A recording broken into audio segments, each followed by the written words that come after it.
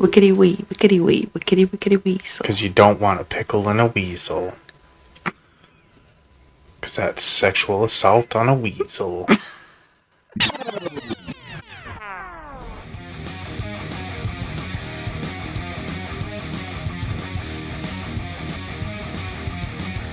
to the first episode of the official For Fuck's Sake podcast, where we discuss all things guaranteed to make you say, for fuck's sake. I'm Johnny, and I'm sitting here with my lovely co-host, Jessica.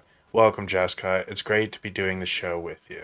Why, thank you, Johnny. It's wonderful to be doing the show with you too on this balmy autumn night. I mean, we live together, so you didn't really have an option, but I'm just, trying to spice things up here. So, today we're going to delve into the topic of open relationships and ethical non-monogamy. Now, as more and more people begin to question the traditional monogamous relationship and explore alternative relationship structures, the concept of ethical non-monogamy has gained increasing attention.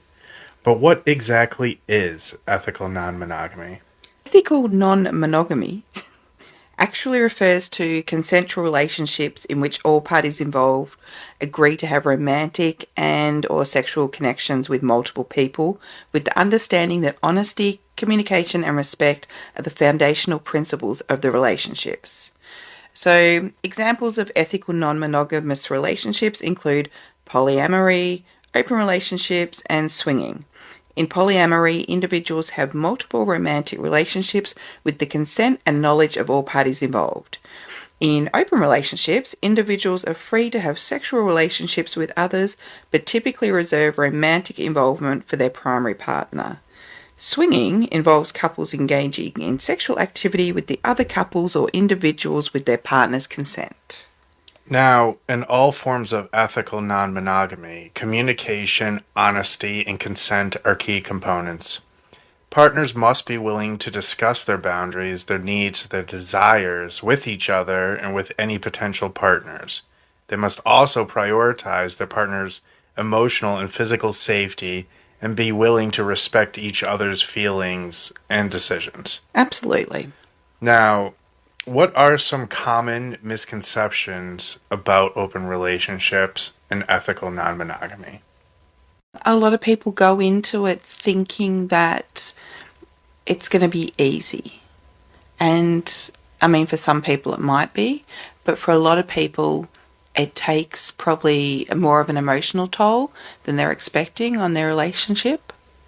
I guess other things are that people think that you will sleep with anybody, that you are sex crazed. That it's almost a guarantee for an instant hookup, or they'll just think that they're going to pop in for a random blowjob. Like, it's just like you're that accessible. But I also think some other common misconceptions would be that people assume that it's a loveless relationship or marriage or whatever, so be it.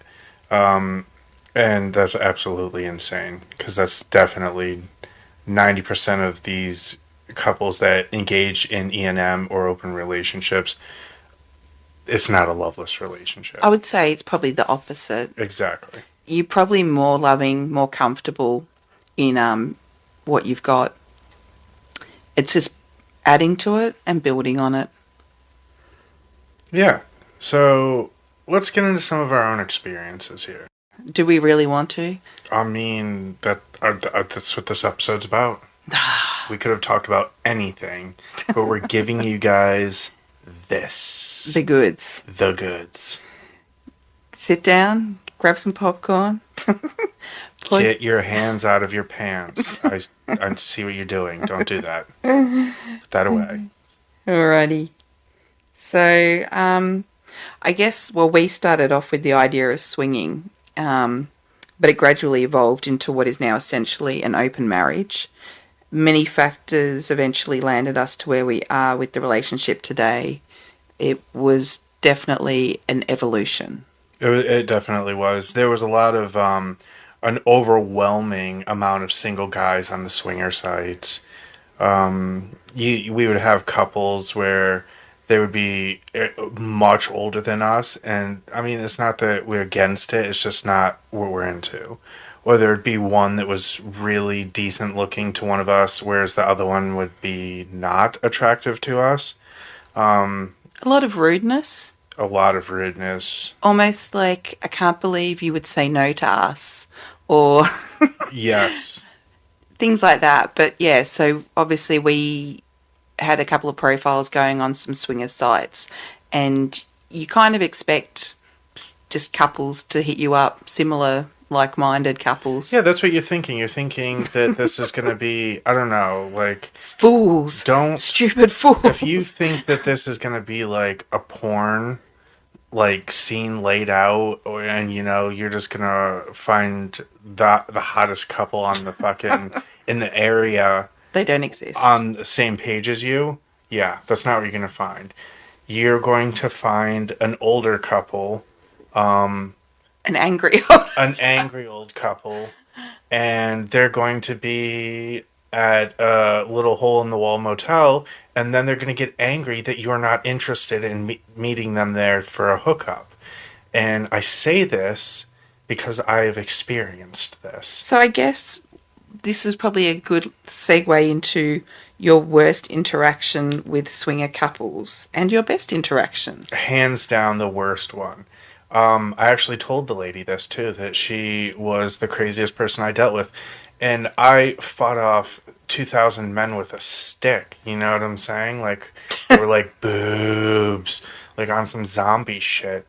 But this woman, like, she just would not accept no. She actually went off on me, telling me that my wife didn't know and that I was making all of this up and that I needed to let her decide.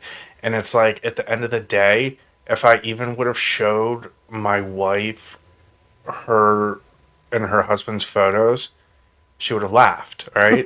That's how unlikely the situation was to occur. It was Which just, I think goes back to the old, the misconception that swingers are like any hole's a goal, which for some reason there are swinging couples out there that are like that. we're not those But people. we're not those people. We have We're options, picky. all right? But you know, that's part of wanting to make it a fun experience for both of us. Yeah, I mean, that's, some people set it up because they just want to sleep with as many people as they can. We don't really care about numbers. We're not. We can say no anytime we say want. We're happy with that. Yeah, I have no problem. Like, just being like, I'm good here. So what would be your best interaction? Oh, man, let's see. Best interaction at the swinger sites? There wasn't many, but I reckon I'll say J and L. Yeah. I won't name names. Yeah. They were a young couple. They're actually younger than us. Mm-hmm. Devastatingly good looking. Yeah. Had very nice bits and pieces. Would elaborate. Well, Jay was well endowed, and Al had marvellous boobs. And I'm not really into women, but I know a good set of boobs when I see them. So you're saying that you wanted their bits somewhere on or around you? Maybe nearby. I get that. We had some really good like group chats online. We never actually hooked up with them, but they were definitely. I guess they made all the bad experiences sort of fade away. To know that there were actually decent people It was out just there. bad timing at Yeah. the moment when we met them, type of thing. Because I was pregnant, and I didn't feel comfortable getting into that sort of thing. Weird. It was getting weird. And I guess for me, my worst interaction. Well, I didn't really have real interactions because I let you do most not of too many. the work online. I just came, to the party at the end of it all once you'd vetted all the weirdos. I think it was just an overwhelming amount of single guys that wanted to like be part of our relationship, and that wasn't really what we were looking for at that time. That was, we were literally looking to couple swap, I guess. So yeah, a lot of single guys, and that just wasn't where we were at. So, and my best interaction was exactly the same. Like, definitely agree with that one. So yeah. Yeah. So let's just get a little bit into the local swingers club that we decided to partake in. I think it was an event was going on. Let's just take the listeners through the initial feeling and what it was like when we first walked in. I was kind of terrified to go, to be honest, because it was probably my first toe dipped into the scene. Like, we had spoken with people, had some chats online, but we'd never actually done anything at that point. Things had changed in our life. You know, as I said, it constantly was evolving. So yeah, we decided to go to this local swingers club. So yeah, we got there quite early just because we had to have babysitters for the kids, and you know, we couldn't really stay out too late. So we thought if we got there early, we'd actually get to have a bit of time there. So I think walking in there was quite confronting.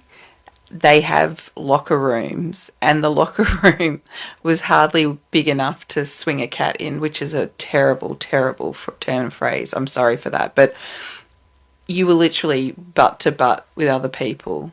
I think somebody's penis touched my kneecap. I don't know. Like, exactly. And it was just men, women, whatever, which I know it's a swingers club, but still, like, And come on, people.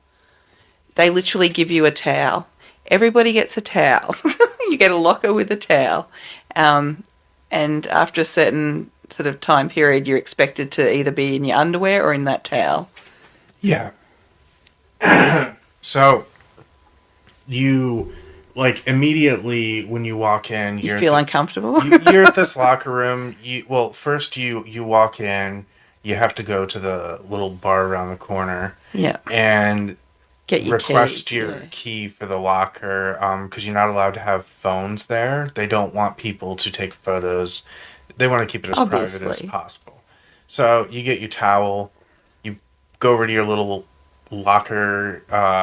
Ours was right when you first walk in the door, so everybody that's walking in, they're just like gawking, and it's just like, oh hey, and they're just making eye contact with you while your dick is out. It's a little bit awkward. The craziest part was the people that would position their chairs right across from the locker room just so they got a nice view of every single person that was dropping trow to see what people got going on. So when you turn up as early as we did, you mainly got the regulars who are weird, to say the least, and a lot of older gentlemen. And when I say older, I mean like 70s, 80s, which I guess is probably, you know, a nice little pastime for them. But We when didn't it's, want to see wrinkly balls, let's be honest here. it was confronting. It really was. I kind of had a vision of a younger crowd, I guess, and possibly a better looking crowd. And I shouldn't say that. There were good looking people there. Not many, but there Not were. many, but that few and far between. Yeah, there was. There were some weirdos, let's be honest. I saw some nice titties, I'm not going to lie. So because we turned up early and there wasn't that many people there, we were, I don't know if the term lucky enough is quite right, but we were sort of taken under the wing of a regular couple. And when I say couple, they weren't actually together, but they would go together because it was cheaper to go as a couple. They took us on a tour of the club. That was terrifying. So the bottom area was bar.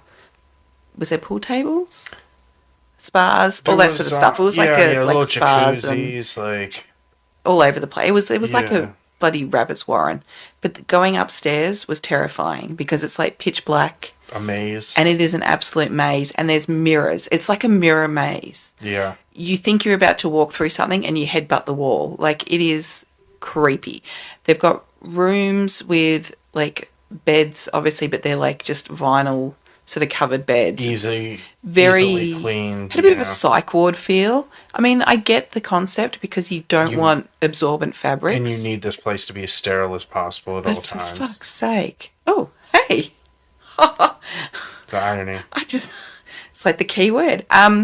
It was intense. So I was feeling a little bit like whoa, I wish I could drink, but I was heavily pregnant, which apparently is a bit of a niche and made me quite popular that night. So I had something of a fan club. So the locals, the regulars that took us under their wings, were also quite enamoured by us, and I would use the word obsessed. it was, yeah, we couldn't kind of get away from them. Everywhere we went, there they were. Like, are you ready? Are you going to do it? What are you going to do? Are you going upstairs? Are you wearing that towel? Are you taking that towel off? What are you doing? Can I eat your butt? And it's just like, We're just scoping the scene, hi, feeling highly uncomfortable. this John and Jess. Maybe after this you can eat my butt, but just, just let us get comfortable. So anyway, fast forward. We've been there quite a while. I've had about 30,000 drinks of Coke because I can't drink alcohol. Johnny doesn't drink alcohol, so we were stone cold sober, and it was hard work. So the later it got, the more interesting people turned up, I guess. Some more attractive people, some younger people. It just sucked because we were kind of on a time frame to where we could not stay till the very end. Otherwise, we may have had a slightly better experience. But I think the one thing that really struck a nerve with me was what they call the seagulls. So they're foreigners, very persistent foreigners that follow you everywhere you go, hoping to see something. And why they call them seagulls is if you think of me as a hot chip and these men as seagulls, it was quite terrifying. And I've tried to explain to Johnny how it actually felt. I actually felt like I was like in danger. Obviously I wasn't, because he was there and there's security there and there's other people there that are going to step in. But these men, I felt like the Pied Piper. We had an actual chorus line of people behind us everywhere we went. But I think the fact that I was pregnant didn't help. I think it was such an anomaly for them. There's something that they would not. And it's not even that. What about the other woman that we met there that was pregnant too? Funnily enough, another woman with the same name as me, dressed almost identical as me, who was almost as pregnant as I was, turned up on the same night, and they had never had a pregnant woman there, and we suddenly, 2 pregnant women. On the same night. On the same night. So she also had the hot chip to a seagull effect and found it very unnerving. It takes the shine off it. It really does.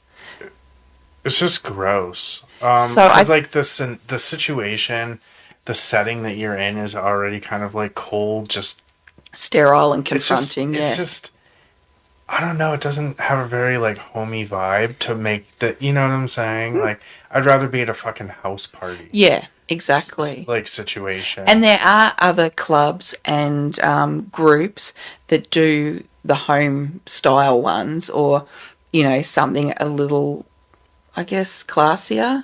Much classier. So if you ever think that maybe you want to go to one of these places, just be aware that it is very confronting, particularly if you haven't been in the scene. And sure, you might get into it after a while, or you might be the type of people that go there and think this is exactly what we want. But the way it is not probably what I had expected. Obviously, naked people all over the place. People, wearing T-shirts with nothing on the bottom, which I think is such a weird look.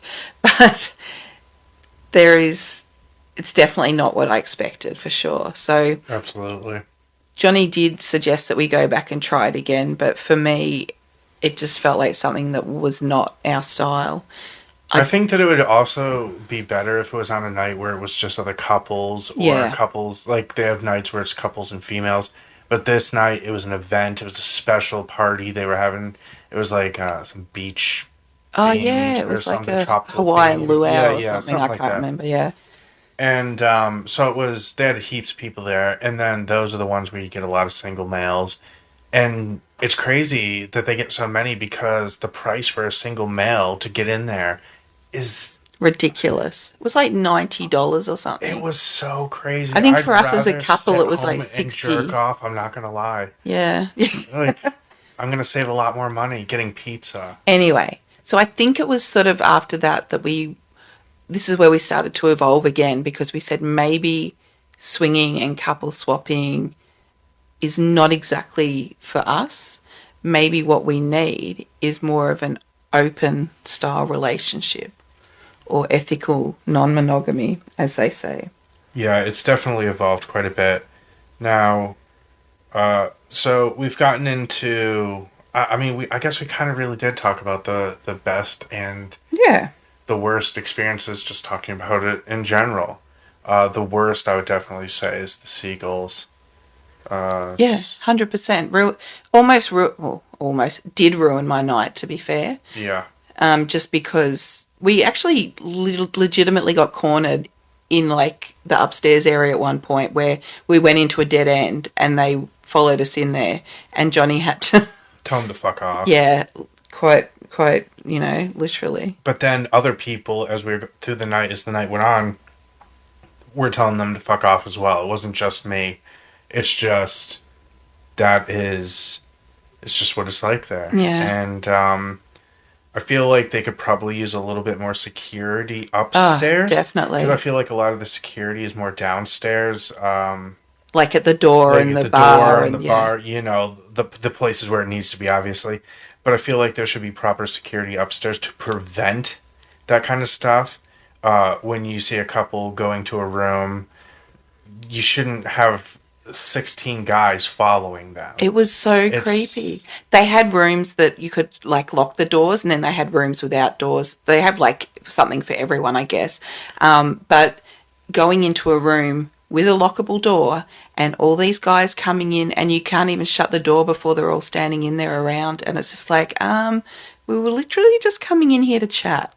We're not even doing anything, so fuck right off, okay? yeah. And we're in there with like a few other people, and we're just standing there chatting, and this group of single guys just walks in, and they're all like pushing their each other out of the way, and it's like you guys can just get your hands off your dicks right now, like nothing's happening. It Like felt super. it was it was weird. It was gross. It was Yeah, I know. yeah. So I guess you have to be a certain type of person for that. Because there were people there that are like, they don't hurt you. They don't. And it's like, yeah, but I don't know. It's a really intimidating feeling. But anyway, enough of that because, I've tried to forget it. Yeah. So after that, I want to say that we ended up on Tinder Yeah, once we so realized that that was not gonna work. work that we wanted to just be more of an open type thing. We kind of went from, I guess, being there with each other, like wanting to experience it with each other, to just being like, well, let's just open it up, see what happens. Maybe you'll find someone that does want to, have one of us there watching, etc. Like, we don't even know where we're going with this, but let's see what happens. So Yeah. yeah, I think you downloaded Tinder first, Yeah. just to see what it was all about. Yeah, because I never like Tinder's been out for years, and I've never. We didn't need to. No, Johnny just gets pussy by like looking at ladies. that's. Let him know. Let him know. Let him know. Me, on the other hand, I, It's a lot I, harder for her. To I get also pussy. get pussy just by looking at them. But I guess yeah. So Tinder, it was. I guess at first it's like this is such a fun, novel experience, and You're like, then ooh, it's people are swiping on me. This is yeah. nice. I know. See, I told you the ladies love Johnny. Still got it. Yeah, but then it starts to get tedious, I guess, as everything. It's hard because sometimes, like, especially starting off because you're a new account, and it's not. I'm not sure if they announce like, "Hey, this is a new profile," and that's how you get swarmed. But when you first start off, like, you get heaps of them. You're a chip to So the seagulls again. yeah, all over again. So you have multiple conversations going on. It's just like you got to pick and choose how many you want to chat to. You What's know, worth pursuing? what's worth pursuing. And to be fair, after about 5 minutes, almost with every single person, after a while, you know if it's going anywhere, or if Yeah, it's just going to you be a can waste of time you can vet them very quickly. very quickly. You don't have to go through 2 days of bullshit chats. But I think we've all been there too.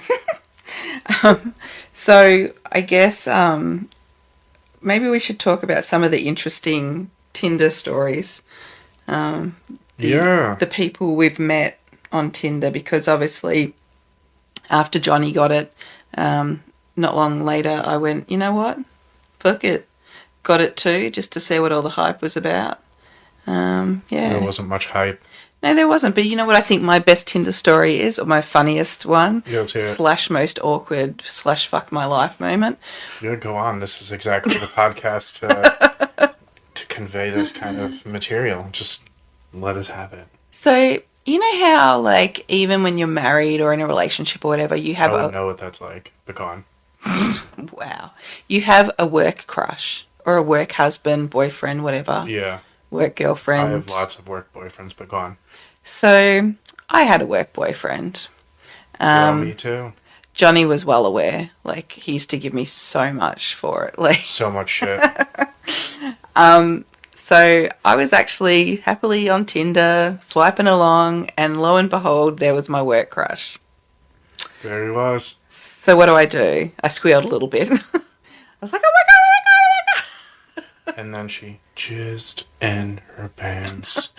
So I was like, all right, I'm going to super like him. It's got to be done. So I super liked him. That's a star, if you guys don't know. That's not just a little heart. That is a star. And That it's is, a blue star. and you only get like one or something. Like, we didn't pay for Tinder or anything at that point. Yeah, I don't really remember how it worked. This was a long time ago, but I think, yeah, you got one super like a day. So I was like, super like this motherfucker.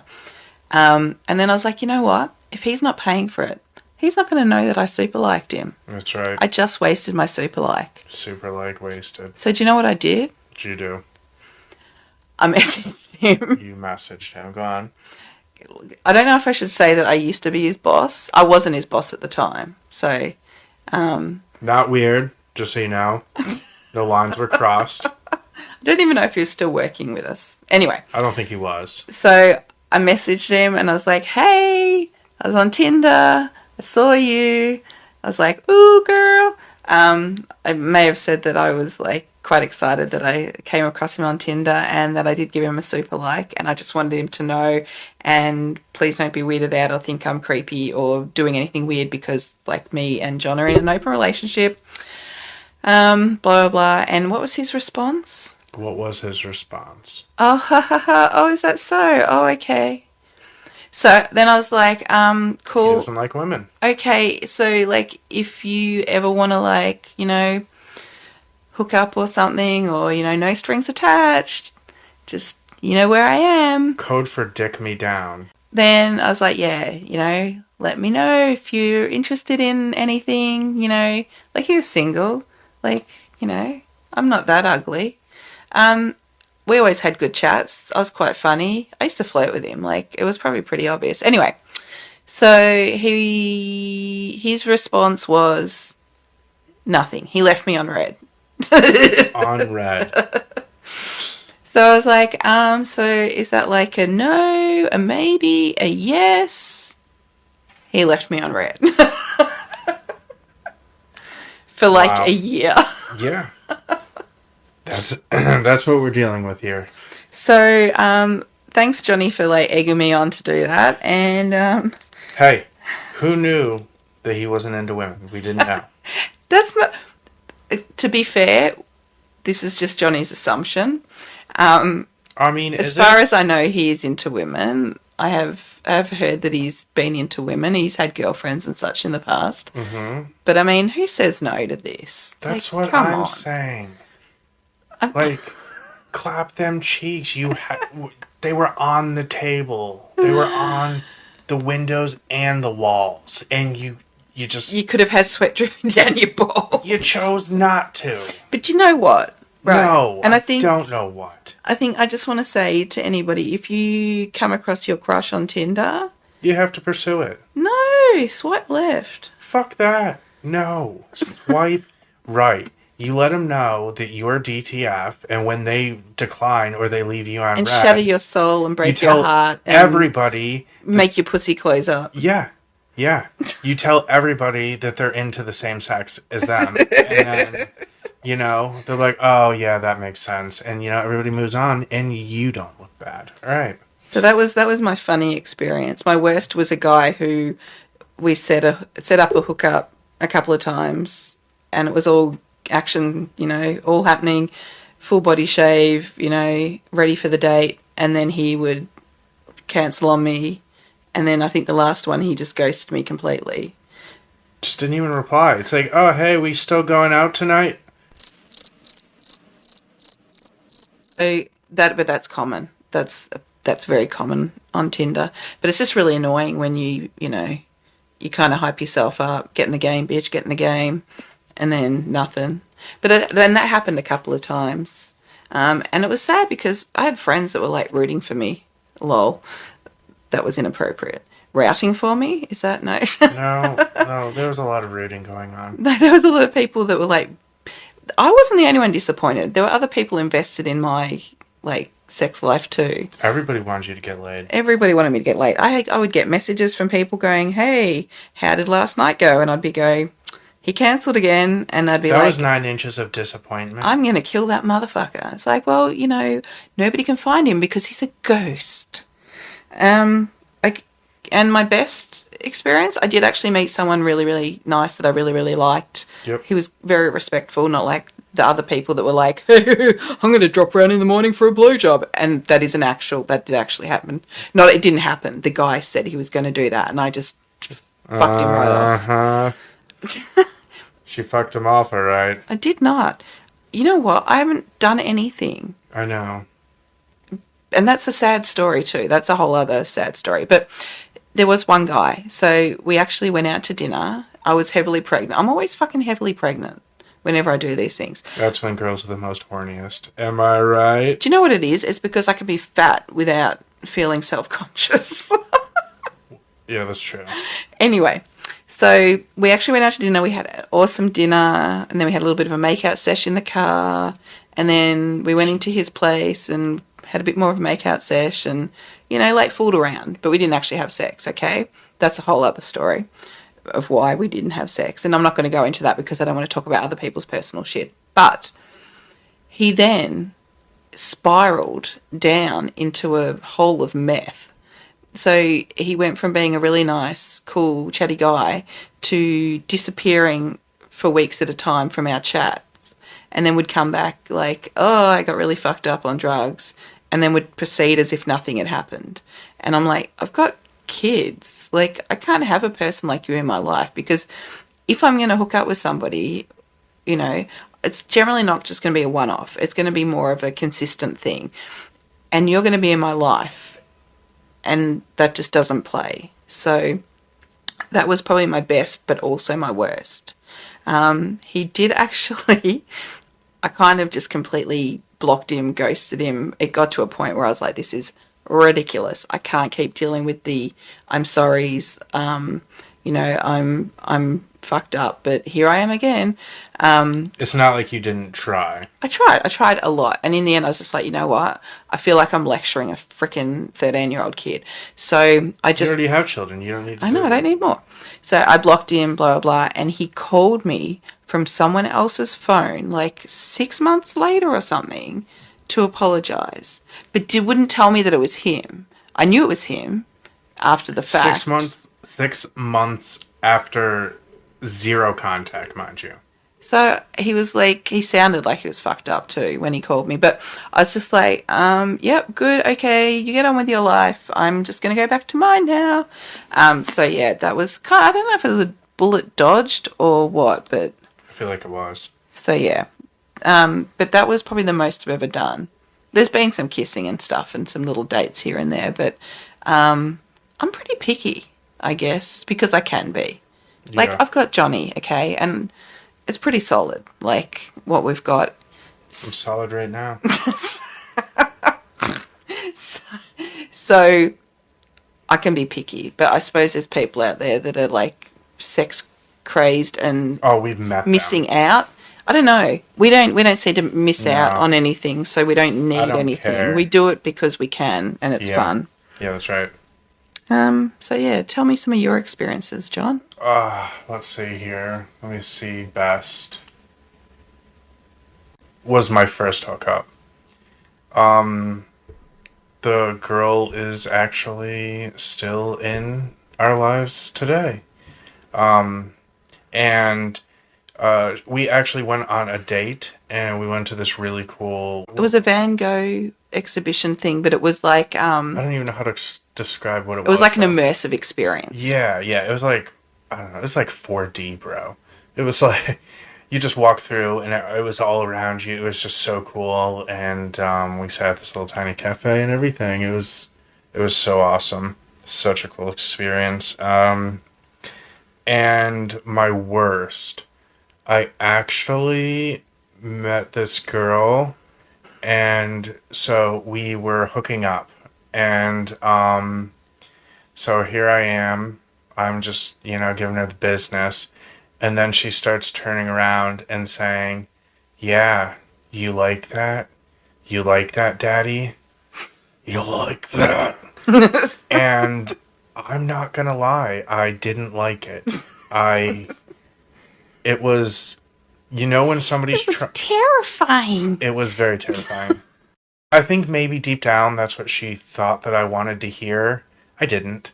But you know what? You had a first that day. That was the first time that you faked an orgasm. Yeah. So here we are. I'm just railing the shit out of her.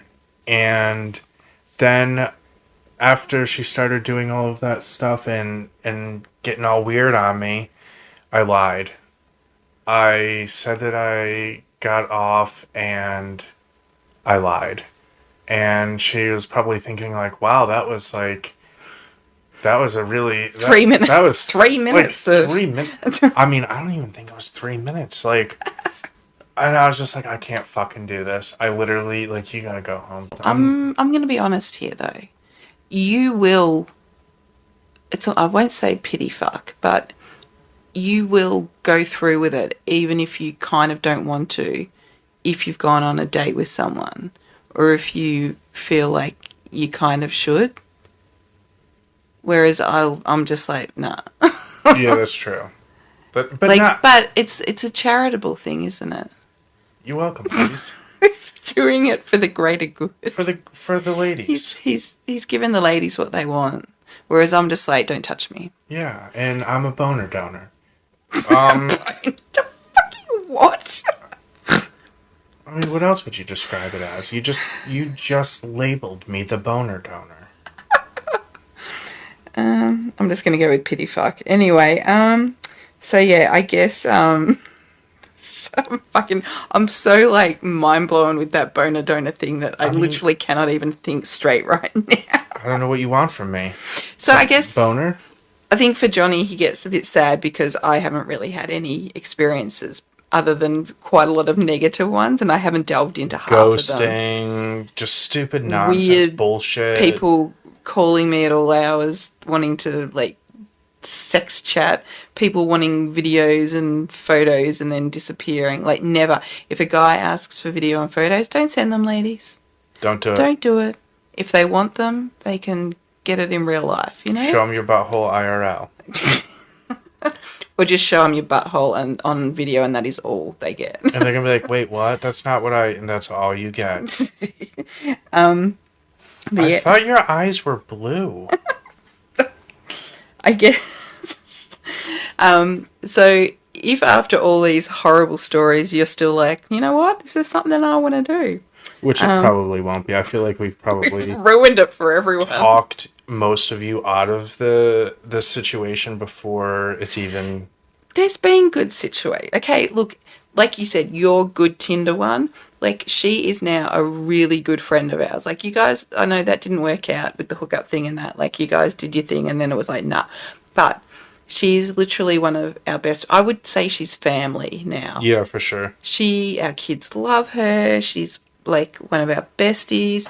We see her all the time. We probably see her more than we see our own families Yeah, half the time. facts. I mean, yeah, obviously yours are in America, but Or dad.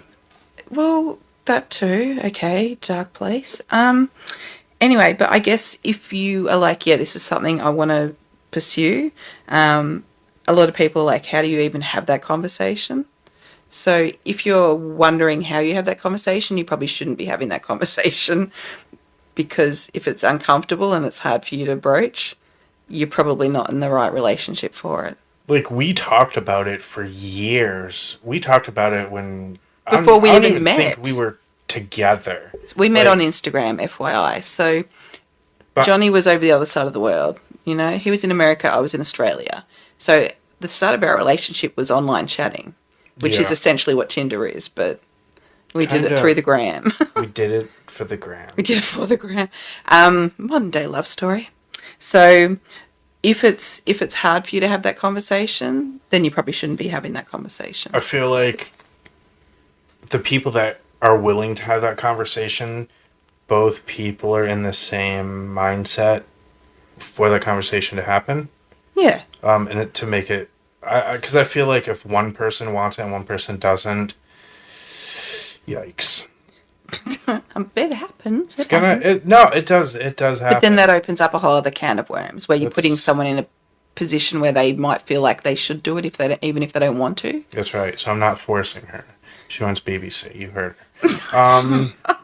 And I guess further to that is, you know, looking at how you work through, I guess, jealousy and insecurities in open relationships. And I suppose for me, my biggest insecurity is my body. So the actual, I guess, jealousy side of it and that isn't really there. I'm like, are you happy, Johnny? Yeah, I'm happy. Then I'm happy. So I don't know. I don't really care. When I say I don't care, obviously I care for him.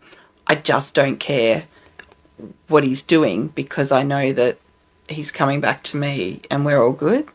And to be fair, I have actually witnessed, been there to see a couple of Sessions. sessions, couple of sessions, Hey, it's not my touched a fault. boob, you know. That's not, I mean, it's not my fault that you were on the other side of the door. I could hear you, like, listening, like, what is he doing? Is that, oh, that is, oh, yeah. Come on, how I was Oh, having a yeah. day nap in the other room. I just happened to get up and you guys were still going at it like 3 hours later. Well, that's because I'm a boner donor. Anywho, And I donated.